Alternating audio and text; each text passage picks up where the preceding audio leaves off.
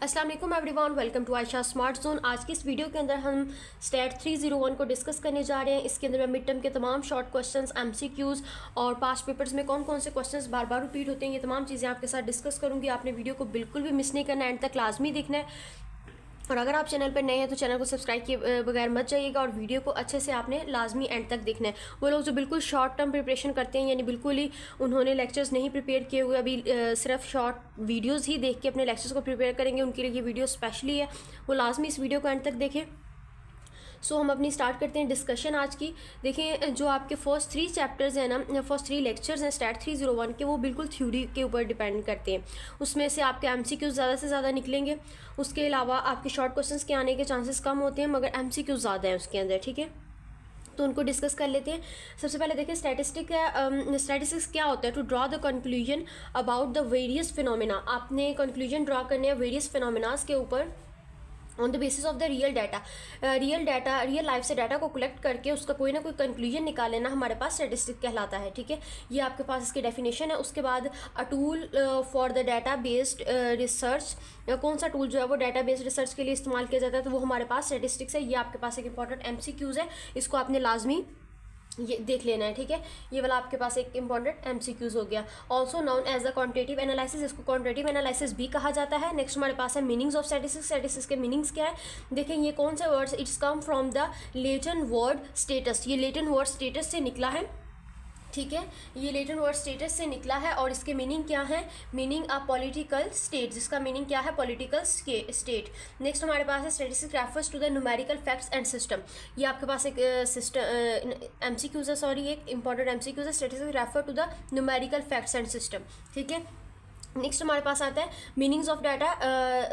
It is the Latin of for those data given the singular form of datum. इस ये latent words हैं, और इसका singular form इसकी क्या है, डाटम है। डाटा से निकला है डाटम। ये आपने इसका एमसीक्यूज याद रख लेना है।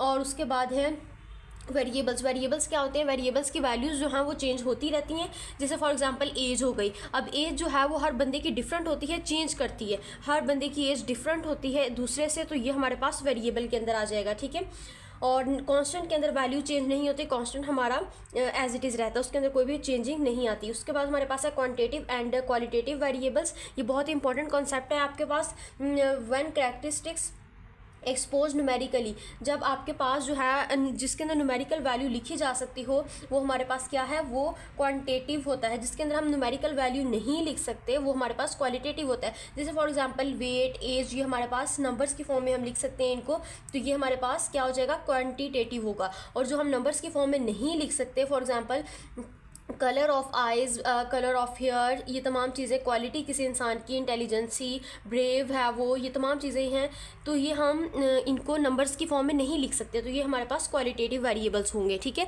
क्वालिटेटिव और क्वांटिटेटिव का आपने डिफरेंस अच्छे से याद करना है, क्योंकि आपके पास एमसीक्यूज़ आता है। एमसीक्यूज़ के अंदर आपको वैल्यू दी जा सकती है। जैसे फॉर एग्जांपल आपको वेट दिया जाएगा और पूछा जाएगा कि क्या ये आपके पास क्वालिटेटिव है या क्वांटिटेटिव है, तो आपको डेफिनेशन पता होगी तो आप बता सकेंगे कि ये क्वांटिटेटिव है। जिसके अंदर न्यूमेरिकल वैल्यू हम लिख सकते हैं वो हमारे पास क्वांटिटेटिव होता है, जिसके अंदर नहीं लिख सकते वो हमारे पास क्वालिटेटिव डाटा होता है। So next we have discrete variables and continuous variable.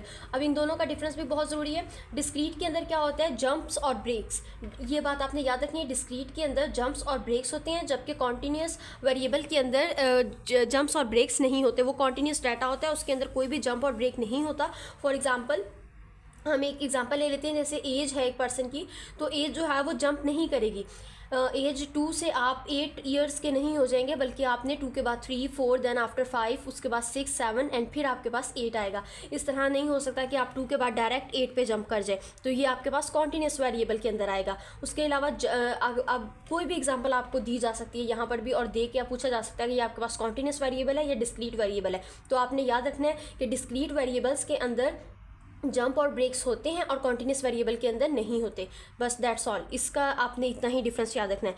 Measurement scales, measurement scale के अंदर आपके पास 4 पॉइंट्स हैं, ये आपने 4 इसके स्केल्स होते हैं, ये आपने याद रखना है। इसके अंदर मेजरमेंट के अंदर आपके पास 4 स्केल्स होते हैं। कौन कौन से, नॉमिनल स्केल, नाम से जाहिर है कि ये आपको जिसके अंदर आप किसी चीज़ का कोई नेम दे देते हैं। ठीक है, जब आप कोई नेम दे देते हैं तो वो आपके पास नॉमिनल स्केल होगा। जैसे फॉर एग्जांपल आपने कैटेगरीज देनी है मेल्स और फीमेल्स की, तो आप मेल्स वाले जो है वो मेल्स के नेम जो है वो मेल वाली कैटेगरी के अंदर लिखेंगे और फीमेल्स वाले जो है वो फीमेल्स वाली कैटेगरी के अंदर लिखेंगे। तो मतलब आपने मेंशन कर दिया नेम कि ये फीमेल्स की बॉक्स है या ये फीमेल की साइड है या ये मेल्स की साइड है, तो आपने मेल्स वाले उसमें लिखने हैं और फीमेल्स वाले दूसरी साइड लिखने हैं। उसके बाद मार्शल स्टेटस के आपका जो है कोई भी जो मैरिड है वो अनमैरिड नहीं हो सकता। तो ये आपके पास रिलीजन हो गया, रेस हो गया, हेयर कलर हो गया, ये तमाम चीज़ें वो हैं जिनको हम कोई ना कोई नेम दे देते हैं, ठीक है। ये आपने याद रखना है, नॉमिनल स्केल मींस नेम दे देना किसी चीज़ को। और उसके बाद ऑर्डिनल और रैंकिंग स्केल वो स्केल होता है जिसके अंदर हम रैंक दे देते हैं, ऑर्डर और रैंकिंग, जिसके अंदर हम किसी चीज़ को कोई ऑर्डर या रैंक दे दें। फॉर एग्जाम्पल आपकी एग्जाम्स होती हैं तो आपको रिजल्ट में एक्सीलेंट, पुअर, गुड, ये तमाम चीज़ें एक रैंक मिलता है ना, जो सबसे अच्छा बच्चा होता है उसको एक्सीलेंट परफॉर्मेंस दी जाती है। उसके बाद नेक्स्ट आपके पास गुड, फेयर और फिर आपके पास पुअर स्टूडेंट्स भी होते हैं। तो इस तरह से आपने इनको रैंकिंग दे दी, ठीक है। ये आपके पास ऑर्डिनल और रैंकिंग मतलब आपने रैंक दे देना, ऑर्डर के अंदर लिख देना। उसके बाद इंटरवल स्केल के अंदर हम जो है टेम्परेचर को मेजरमेंट कर सकते हैं।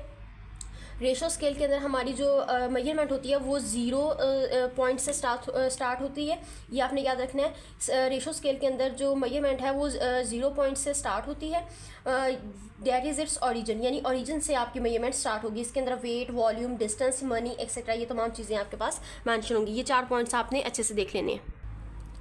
Next we have the error of measurement. Error of measurement का ये आपके पास फार्मूला मैंने लिखा हुआ है। उसके बाद नेक्स्ट हमने बता दिया both errors has magnitude and direction. Error के अंदर बोथ मैग्नीट्यूड और डायरेक्शन दोनों चीज़ें पाई जाती हैं। And word error in statistics does not means the mistake.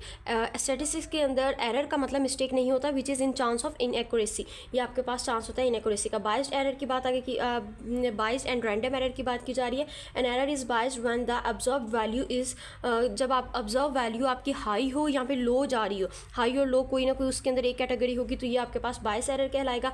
उसके बाद अनबायस्ड एरर की आपने डेफिनेशन यहाँ से देख लेनी है। Next we have these errors are there for compensating and are also called the random errors और एक्सीडेंटल एरर्स।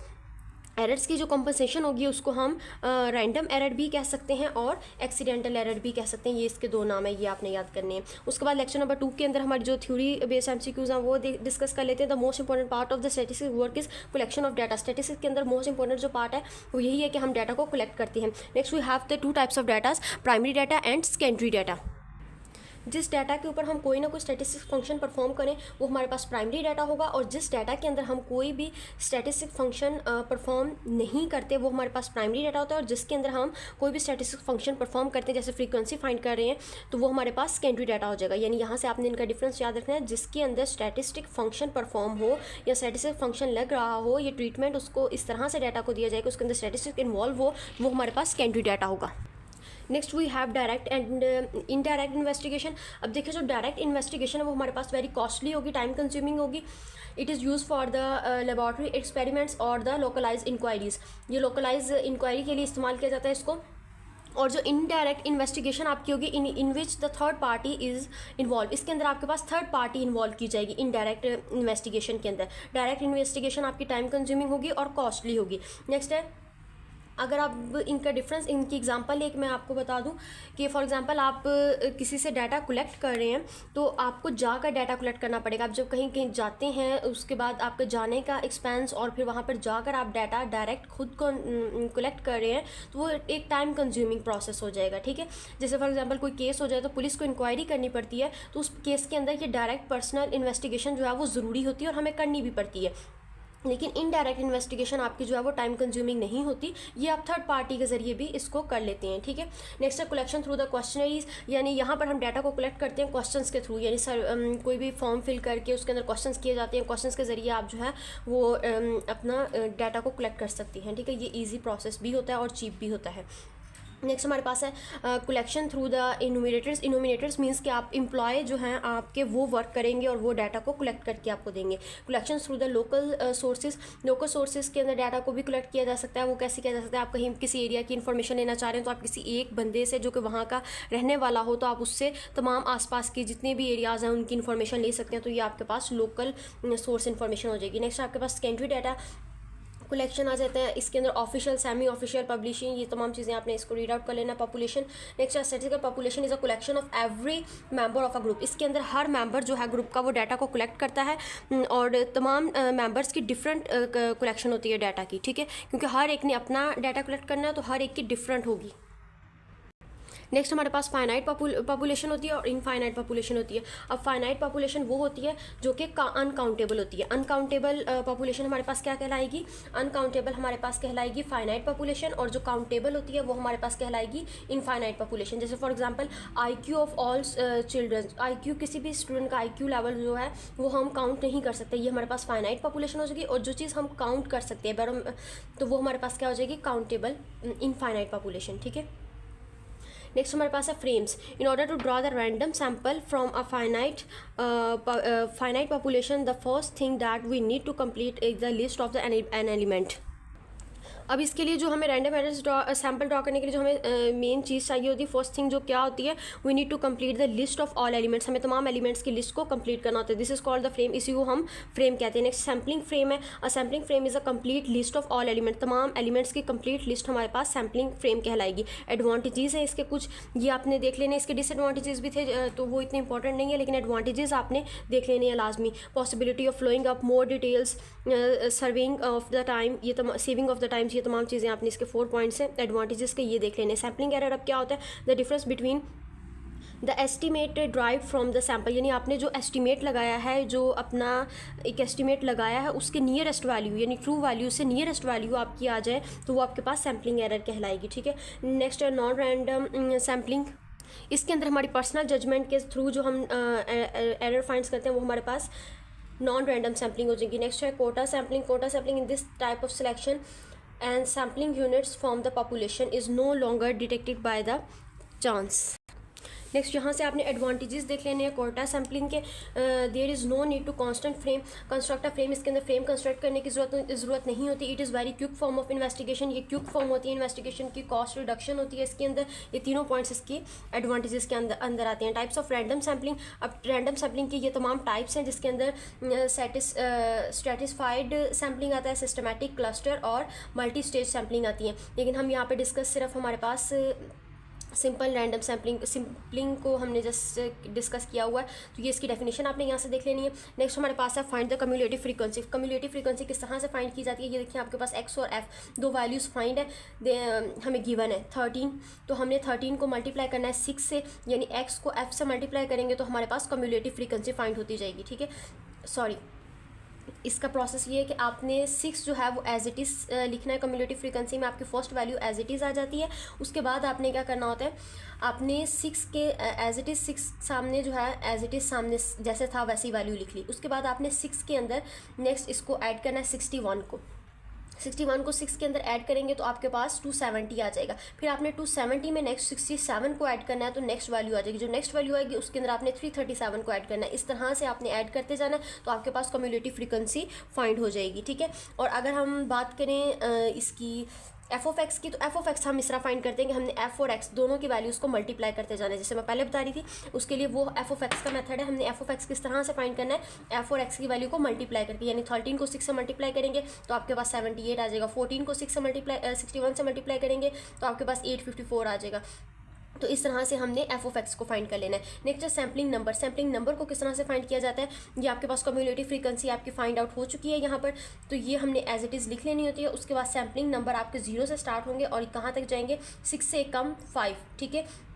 फिर 5 यहाँ पर एंड हो रहा है तो हमारा नेक्स्ट नंबर जो है वो कहाँ से स्टार्ट होगी, वैल्यू 6 से स्टार्ट होगी। 5 एंड हुई है तो 6 से स्टार्ट होगी और 67 से एक नंबर कम 66 पे ख़त्म हो जाएगी। फिर 66 से एंड हुई है तो स्टार्ट 67 से होगी। 67 से स्टार्ट होगी तो 37 से एक कम 36 पे फिनिश हो जाएगी। फिर नेक्स्ट हमारी वैल्यू 37 से स्टार्ट होगी और उसके अलावा यहाँ नेक्स्ट जो भी वैल्यू होगी उससे एक कम होगी, यानी इधर से एक कम करते जाना है और उधर से एक बढ़ाते जाना है, ठीक है। इस तरह से आपकी सैम्पलिंग नंबर फाइंड हो जाएगा। एफ ऑफ एक्स फाइंड करना, इसमें मैंने आपको बताया, कम्युलेटिव फ्रीक्वेंसी फाइंड करना बताया और ये सैम्पलिंग नंबर बताना फाइंड करना बताया। उसके बाद आपके पास है मीन फाइंड करने के लिए आपके पास ये फार्मूला है, summation F of x over summation F, यानी आपने यहाँ पर सुमेशन एफ ऑफ एक्स ये वैल्यू फाइंड करी, इसका टोटल यहाँ पर आपने निकालना है और उसके बाद आपने इसको डिवाइड कर देना है सुमेशन एफ के साथ, यानी इसकी जो टोटल वैल्यू आएगी उसके साथ आपने इसको डिवाइड कर देना, तो आपका मीन फाइंड हो जाएगा। ये आपको क्वेश्चन आ सकता है पेपर के अंदर, शॉर्ट क्वेश्चन इस तरह से आ सकता है कि आपको वैल्यू गिवन होगी और आपको कहा जाएगा इसका मीन फाइंड करें, तो उसके लिए आपको ये फार्मूला आना बहुत ज़रूरी है। Next we have the lecture number 3। Lecture number 3 के अंदर देखें, यहाँ पर आपको जो मेन मकसद है यहाँ पर लेक्चर नंबर 3 के अंदर ये एग्जांपल लिखने का वो ये है कि मैं आपको परसेंटेज निकालना बताऊँ, ठीक है। देखें यहाँ पर आपके पास उर्दू मीडियम स्टूडेंट्स हैं 719 और इंग्लिश मीडियम स्टूडेंट है 48, इनका प्लस किया आपने, इनको टोटल किया तो आपके पास 1200 आ गया। 719 को आपने डिवाइड किया 1200 के साथ तो आपके पास 60% आ जाएगी वैल्यू। 48 को डिवाइड किया 481 को डिवाइड किया आपने 1200 के साथ तो आपके पास 40% आ जाएगा। नेक्स्ट पाई चार्ट के अंदर हम इसको किस तरह से फाइंड करेंगे। पाई चार्ट के अंदर आपके पास एक सर्कल होता है, तो आपको पता है पूरा सर्कल जो है आपका वो 360 डिग्री के इक्वल होता है, ठीक है। तो आपने यहाँ पर 719 डिवाइडेड बाय टोटल वैल्यू यानी 1200 मल्टीप्लाई आपने इसको 360 से करना है, तो आपके पास 215 डिग्री 7 डिग्री आपके पास आंसर आ जाएगा। इसी तरह आपने ये इंग्लिश मीडियम स्टूडेंट्स का भी निकाल लेना है, ये दो वैल्यूज़ आपने इस तरह से फाइंड आउट करनी है पाई चार्ट के अंदर, ठीक है। नेक्स्ट अगर हम बात करें तो ये आपके पास बहुत इंपॉर्टेंट एक MCQs है जो कि बहुत दफ़ा रिपीट हो चुका है। This is a good device for the comparison of two different kind of information. अगर दो डिफरेंट टाइप तरह की इन्फॉर्मेशन है तो आपने उसको किस तरह से, कौन से ग्राफ से आप उसको फाइंड आउट कर सकते हैं, मल्टीपल बार चार्ट से। Multiple bar chart is use two is a device use for the comparison of the two different kind of information, ठीक है। ये आपने इन्फॉर्मेशन याद रख लेनी है, यहाँ पे ये MCQs आपका बार बार रिपीट हो रहा है। उसके बाद है constant construction of frequency distribution. Frequency distribution किस तरह से कंस्ट्रक्ट की जाती है, ये आपके पास डाटा गिवन है, इसमें से आपने लार्जेस्ट वैल्यू और स्मॉलेस्ट वैल्यू निकाली। ये आपके पास स्मॉलेस्ट वैल्यू है आपकी और ये लार्जेस्ट वैल्यू है। लार्जेस्ट वैल्यू आपने डिनोट करनी है XM से और स्मॉलेस्ट वैल्यू आपने X0 से डिनोट करनी है। जैसे हमने इनको लिखा तो यहाँ से हम अपनी रेंज फाइंड कर लेंगे। देखें XM माइनस X0 करेंगे तो आपके पास largest value minus smallest value करेंगे तो आपके पास रेंज फाइंड हो जाएगी। Now we have to make the classes depends upon the data. ये आपके पास थोड़ी थ्योरी मैंने लिखी हुई, ये आपने देख लेनी है। क्लास इंटरवल क्या होता है, क्लास इंटरवल डिनोट की जाती है H के साथ। H divide the range by the number of the classes. अब H आपके पास से हमने फाइंड करनी है तो हम क्या करेंगे, रेंज जो हमने निकाली थी उसको डिवाइड कर देंगे नंबर ऑफ क्लासेस के साथ। नंबर ऑफ क्लासेस हमारे पास 5 है और आपने रेंज ऊपर फाइंड किए तो इसको हम डिवाइड कर देंगे तो आपके पास ये आंसर आ जाएगा। इसको आपने कोशिश करनी है कि आपका आंसर डेसिमल के अंदर ना हो, तो 2.96 अप्रॉक्सीमेटली अगर राउंड ऑफ करें तो हमारे पास 3 के इक्वल होता है, तो अच्छा आपके पास 3 के इक्वल आ जाएगा। इस तरह से शॉर्ट क्वेश्चन थोड़े बहुत आपके पास आ सकते हैं, MCQs के अंदर इवन पूछा जा सकता है। उसके बाद now calculate the lower class limit and upper class limit. Lower class limit हमारे पास 30.1 है और अपर क्लास लिमिट हमारी क्या है, 32.9 है। अब क्लास नंबर्स हमारे पास 1 to 5 है। लोअर क्लास लिमिट्स हमने यहाँ पर लिख दी, लोअर क्लास मैंने आपको ऊपर बता दिया, अपर क्लास ये हमारे पास। इन दोनों के अंदर हमने इंटरवल को ऐड करना है। इंटरवल हमारे पास 3 ऐड होगा इसके अंदर भी और उधर भी ऐड होगा। तो देखिए इधर इंटरवल ऐड होगा तो 33.0 आ जाएगा, उधर 35.9 आ जाएगा, इधर इस तरह सारी वैल्यूज़ के अंदर हमने इंटरवल को ऐड करते जाना है तो हमारे पास आंसर आता जाएगा। नेक्स्ट हमारे पास देखें फ्रीक्वेंसी डिस्ट्रीब्यूशन। अभी जो हमने निकाली हैं वैल्यूज़, मैंने आपको बताया किस तरह से फाइंड करनी है, वो वैल्यूज़ हमने निकाली हैं। तो देखें उसके साथ हमने यहाँ पर इसको लिखा है, ये हमारे पास 30.0 to 32.9, ये अभी जो वैल्यूज़ हमने पीछे फाइंड आउट की हैं ना वही वैल्यूज़ हमने इस तरह से यहाँ पे लिखते जाना है। सारी वैल्यूज़ को हमने लिख लिया। उसके बाद टैली क्या है, टैली इन दोनों वैल्यूज़ के दरमियान जो वैल्यूज़ आती हैं 30.0 से 32.9 के दरमियान जो जितने भी नंबर्स आते हैं वो हमने टैली उनको लिखना होता है, वो टैली में लिखने होते हैं। इन दोनों के दरमियान 2 नंबर्स आते हैं तो वो हमारे टैली के अंदर आ गए। फिर 33.0 से 35.9 के दरमियान हमारे पास 4 नंबर्स हैं, वो यहाँ पर आ जाएंगे। इस तरह की सारी वैल्यूज़ हमने लिखते जाना है और इनके टैलीज़ निकाल लेनी है, ठीक है। अब टैली लिखने के लिए जब हमारे पास 4 हो जाएं और 5 हमने लिखनी हो तो 5 हम इससे अलग यहाँ पर नहीं लिखेंगे बल्कि 5 हम इस तरह से ऊपर क्रॉस बना देते होते हैं। ये बात भी आपने याद रखनी है, ठीक है। तो ये हमारा टैली निकालने का मेथड था। उसके बाद क्लास लिमिट्स। क्लास लिमिट निकालने के लिए हमने देखें ये अपनी वैल्यूज़ लिखी जो हमें गिवन थी 30.0 एंड 32.9। तो हमने क्या करना है कि इस साइड पे ये जो आपकी लोअर लिमिट है इसमें आपने -0.5 करना होता है और जो आपकी अपर लिमिट है उसमें +0.5 करना होता है। तो इस तरह से हमारे पास क्लास बाउंड्री निकल आएगी। जैसे हम देखें 32 पॉइंट में +0.5 करेंगे तो आपके पास 32.95 आ जाएगा। अगर हम 30.0 के अंदर -0.5 करेंगे तो आपके पास 29.95 आ जाएगा। इस तरह से आपकी क्लास बाउंड्री फाइंड हो जाएगी। रिलेटिव फ्रीक्वेंसी के लिए निकालने के लिए फार्मूला क्या है, द रिलेटिव फ्रीक्वेंसी के लिए आपने टोटल नंबर ऑफ ऑब्जर्वेशन लिखनी होती हैं frequency divided by total number of observation. अब देखें ये फ्रीक्वेंसी हमारे पास गिवन है यहाँ पर 2 डिवाइडेड बाय हमने नंबर ऑफ ऑब्जर्वेशन हमारे पास 30 है, 30 से डिवाइड किया, मल्टीप्लाई आपने साथ में 100 से करना है परसेंटेज फाइंड करने के लिए। अगर हम इससे परसेंटेज फाइंड करना चाहते हैं तो हम इसको 100 से मल्टीप्लाई करेंगे तो हमारे पास यहाँ से 6.7 आ जाएगा। ये आपके पास रिलेटिव फ्रीक्वेंसी फाइंड करने का फार्मूला। एडवांटेज क्या है इसका, comparison is possible between the two sets का कंपैरिजन करने के लिए हम इसको इस्तेमाल करते हैं सिमिलर क्लासेस के लिए भी। नेक्स्ट हमारे पास है हिस्टोग्राम ये लेक्चर नंबर 4 का लास्ट टॉपिक है। इसमें देखें क्लास लिमिट मैंने आपको बता दी थी, वो हमने वैसे ही एज इट इज़ लिख लेनी है। क्लास बाउंड्रीज आपको फाइंड करना बता दिया था कि हमने कैसे क्लास बाउंड्रीज फाइंड करनी है। अपर लिमिट के अंदर प्लस 0.5 करना है और लोअर लिमिट से माइनस 0.5 करना है, तो आपके पास क्लास बाउंड्रीज फाइंड आउट होती जाएंगी। इस तरह करने के बाद आपने फ्रीक्वेंसी निकाल लेनी है। फ्रीक्वेंसी के बाद आपने देखना है अब आपने इसको लिखना कैसे। एक्स एक्सिस के ऊपर आपने अपनी क्लास बाउंड्रीज सारी लिख लेनी है और वाई एक्सिस के ऊपर आपने फ्रीक्वेंसी लिख लेनी है, ठीक है। इस तरह से आपको गिवन हो सकता है टेबल और आपने हिस्टोग्राम उसका ड्रॉ करना होगा। तो देखिए आपने यहाँ पर 29.95 के ऊपर आपकी फ्रीक्वेंसी क्या है, 2 है, 2 के बाद आपकी क्या है, 4 है, तो आप 4 पर चले गए। इस तरह से आपने रेक्टेंगल्स जो है वो ड्रॉ करते जाना है और तमाम अपनी वैल्यूज़ को इसी तरह से मेंशन कर देना, तो ये आपके पास हिस्टोग्राम ड्रॉ हो जाएगा, ठीक है। उसके बाद है लेक्चर नंबर 5 फ्रीक्वेंसी। अच्छा जी, तो ये हमारे पास फ्रीक्वेंसी पॉलीगन क्या होता है, वी नीड मिड पॉइंट। इसके अंदर हमें मिड पॉइंट की ज़रूरत होती है। It is obtained by plotting the class frequency against the mid point. इसके अंदर हम मिड पॉइंट को यूज़ करते हैं classes bye connecting the points.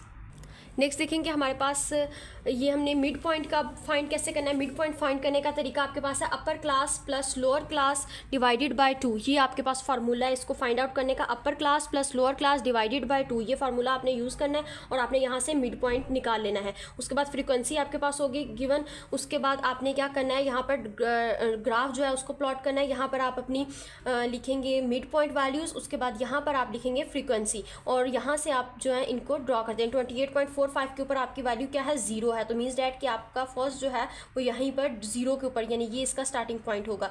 फिर उसके बाद 31.45 के ऊपर आपकी वैल्यू क्या है, 2 है, तो आप जो है यहाँ पर आ जाएंगे, ठीक है। ये आपकी 31.2 के ऊपर वैल्यू आ जाएगी। फिर 4 आपकी वैल्यू है, 34 के ऊपर आपकी वैल्यू क्या है, 4 है। 4 वैल्यू आपकी यहाँ पर है, 2 वैल्यू थी, सॉरी यहाँ पर ये आपकी 2 वैल्यू थी और ये 34 पॉइंट के ऊपर आपकी यहाँ पर तकरीबन 4 वैल्यू बन रही है, ये वाली, ठीक है।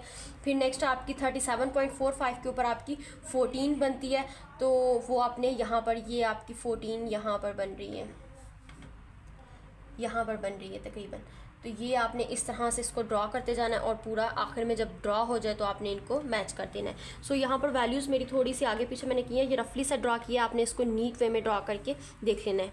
फ्रीक्वेंसी कर्व्स है नेक्स्ट। फ्रीक्वेंसी कर्व के अंदर क्या है, इसके अंदर आप देखें frequency curve when frequency polygon is smoothed is called frequency curve. जब वो स्मूथ होगी तो उसको हम फ्रीक्वेंसी कर्व करेंगे। इसके टाइप्स के अंदर सिमेट्रिक कर्व है। सिमेट्रिक कर्व वो होती है जिसके अंदर आप देखें कि आप यहाँ पर आपकी एक साइड अगर आप ख़त्म कर दें तो दूसरी साइड आपकी बिल्कुल वैसी हो। जैसे ये मैंने एक डायग्राम ड्रॉ किया, आप इस साइड को ख़त्म करेंगे, आपके पास हाफ साइड बिल्कुल वैसी ही मौजूद है। आप इस साइड को फिनिश करेंगे तो आपके पास ये वाली हाफ साइड बिल्कुल इस साइड से मिलती जुलती पड़ी है, तो ये आपके पास सिमेट्रिक कर्व हो जाएगी। उसके बाद आपके पास है positive and negative skewed. Positive and negative skewed के अंदर हमारे पास ये मॉडरेट स्क्यूड फ्रीक्वेंसी वेव इसकी सेकंड टाइप है और इसके फर्दर आगे 2 टाइप्स हैं, एक पॉजिटिव और एक नेगेटिव। पॉजिटिव के अंदर आपके पास क्या होगा, आपकी राइट साइड जो है वो थोड़ी कर्व के अंदर राइट साइड जो है आपकी वो लॉन्ग होगी, ठीक है। इस तरह से आपकी राइट साइड जो है वो लेंथ में इस तरफ को ज़्यादा होगी, ठीक है, ये लाइन आपकी ज़्यादा होगी। और अगर हम नेगेटिव की बात करें तो नेगेटिव के अंदर आपकी लेफ्ट साइड लॉन्ग होगी और राइट साइड आपकी इस तरह से शॉर्ट हो जाएगी। तो ये हमारे पास इन दोनों का डिफरेंस है। नेक्स्ट हमारे पास लास्ट टॉपिक है इसका चैप्टर लेक्चर नंबर 5 का, एक्सट्रीम स्क्यूड फ्रीक्वेंसी कर्व। ये कौन सी होती है, इसकी 2 टाइप्स है, एक नेगेटिव स्क्यूड और एक आपके पास पॉजिटिव। जो नेगेटिव है उसके आपके पास जे शेप कर्व होगी इस तरह से, और जो रिवर्स आपके पास जे शेप का हो जाएगा वो आपके पास पॉजिटिवली स्क्यूड होगा। ये नेगेटिवली है और ये आपके पास पॉजिटिवली होगा, ठीक है। और उसके बाद इनकी शेप्स आपने देख लेनी है। Then you shaped frequency curve कौन सी होगी, जिसके अंदर ये शेप इस तरह से ड्रॉ होगी। नेक्स्ट हमारे पास देखें क्लास बाउंड्रीज गिवन है, फ्रीक्वेंसी गिवन है, तो आपने कम्युलेटिव फ्रीक्वेंसी फाइंड करनी है। आपका फर्स्ट जो डिजिट है वैल्यू है वो एज इट इज़ आएगी। उसके बाद आपके पास 4 है, आपने 4 में ये वाला 2 ऐड कर देना है तो आपके पास 6 आ जाएगा इस तरह से। फिर आपके पास 6 आ गया है, गिवन है आपके पास, तो आपने 6 के अंदर 14 को ऐड कर देना है नेक्स्ट, तो आपके पास 20 आ जाएगा। इस तरह आप टू सो ऑन जितनी भी वैल्यूज़ होंगी आपने उनको करते जाना है। जस्ट आपने ये देखना है कि फर्स्ट वैल्यू आपकी सेम एज इट इज़ आएगी, उसके बाद आपने नेक्स्ट ऐड करते जाना है जितनी भी वैल्यूज़ होंगी। The graph of the cumulative frequency distribution is called cumulative frequency polygon. अब जो इसका ग्राफ होता है उसको कम्युलेटिव फ्रीक्वेंसी पॉलीगन कहा जाता है। और इसको ड्रॉ करने का तरीका क्या है ये आप देख लें, यहाँ पर मैंने ड्रॉ कर दिया। इसको आपने ये वैल्यूज़ अपनी लिख देनी है, ये बाउंड्री क्लास बाउंड्री आपने यहाँ पर लिख देनी है और एक्स एक्सिस के ऊपर आपने अपनी फ्रीक्वेंसी लिख देनी है, लिखने कम्युलेटिव फ्रीक्वेंसी की वैल्यूज़ लिख देनी है और उसके अकॉर्डिंग आपने इसको सॉल्व कर देना है। यहाँ पर इसको वैल्यूज़ को पुट करके उसके बाद आपने डॉट लगा के लाइंस लगा देनी है, ठीक है। तो आई होप कि आपको लेक्चर क्लियर हो गया होगा। ये जस्ट आपके ग्राफ वाला जो पार्ट है ये आपका जस्ट एमसीक्यूज़ में पूछा जा सकता है कि ये कौन सी शेप का ग्राफ है, ये किस तरह की कौन सी कैटेगरी से बिलोंग करता है। तो आपको थोड़ा बहुत हाउ नो होनी चाहिए, जिस तरह से मैंने बताई कि आपको पता हो ये सारी चीज़ें। सो यहाँ तक हमारा लेक्चर नंबर 5 1 to 5 हमने कवर किया। आई होप कि आपको सारा कॉन्सेप्ट क्लियर हो गया होगा। अगर आपको वीडियो अच्छी लगी तो काइंडली से लाइक करें, शेयर करें and subscribe my YouTube channel for more informative videos. Thank you, मिलते हैं अगली वीडियो में।